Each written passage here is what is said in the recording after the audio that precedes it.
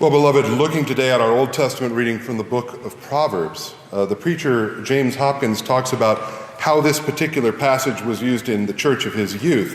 It was a church that didn't follow a lectionary, so the preacher got to choose whatever they were preaching on every single week.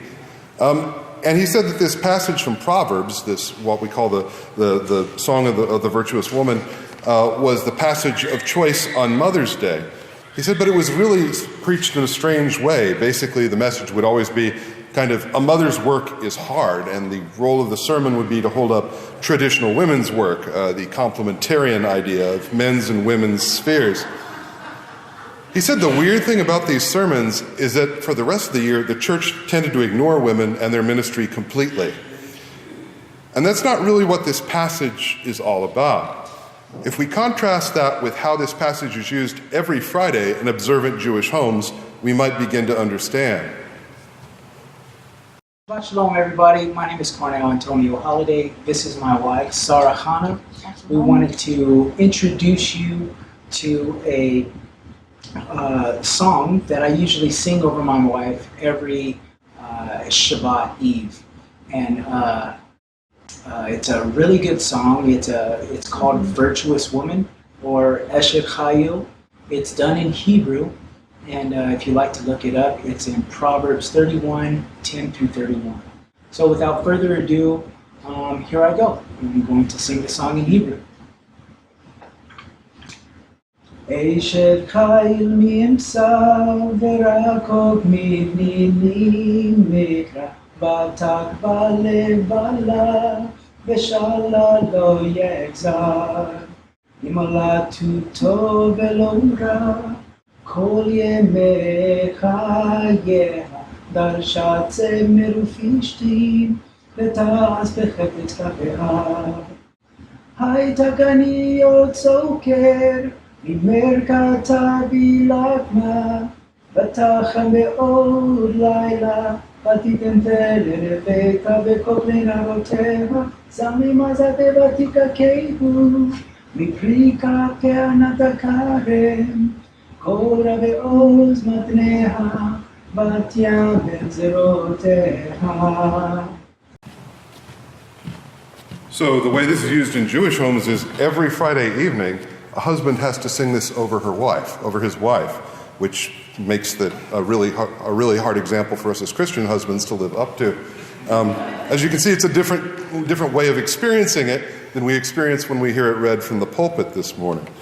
And Rabbi Moline, who is a conservative rabbi who was a teacher of mine in seminary, said, that could be a real difficult thing in the home. He says, I have to do this even if we've been fighting tooth and nail 10 minutes before.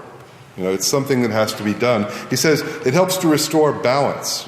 Our societies are traditionally patriarchal. At least that's how it's worked out in the Western world. And he says that having to do this every week reminds us of the role and the power of women.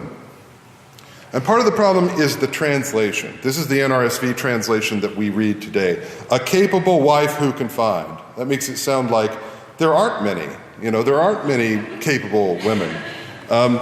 My Old Testament professor Ellen Davis really hated this translation.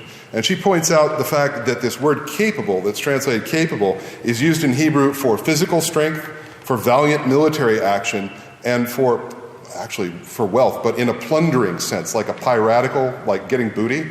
That's literally what this means. So the capable wife is the person who acts with physical strength, valiant military action, and wealth. So she says valorous is a much better translation. She says it should be translated, whoever finds a valiant wife knows that her value is beyond jewels.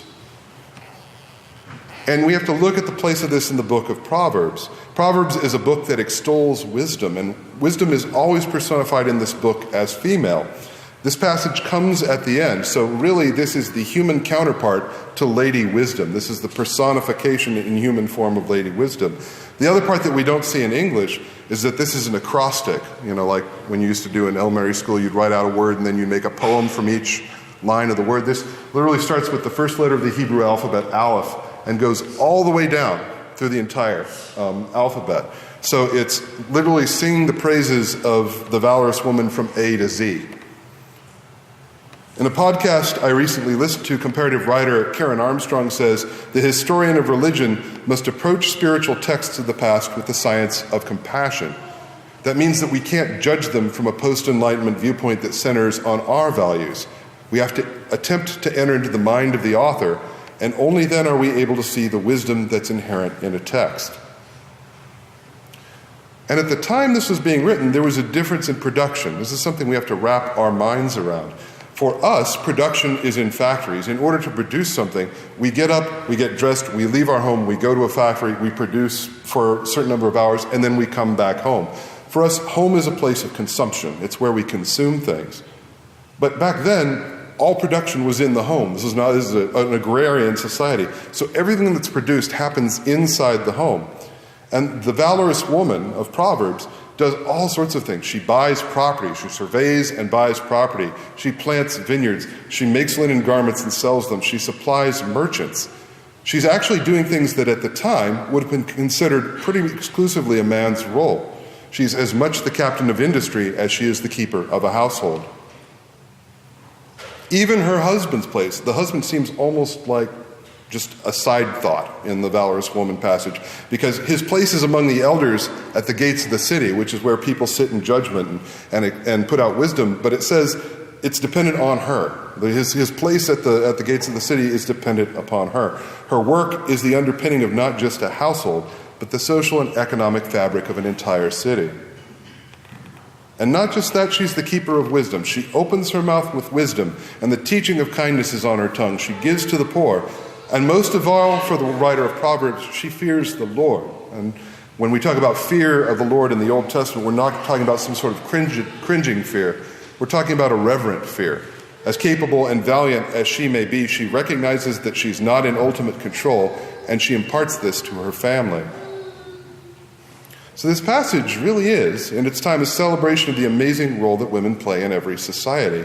It doesn't hold up what we would call a domestic role for women or a career track. Those are modern problems for a non-agrarian society, and to try to drag this passage into the modern mommy wars is to miss the point.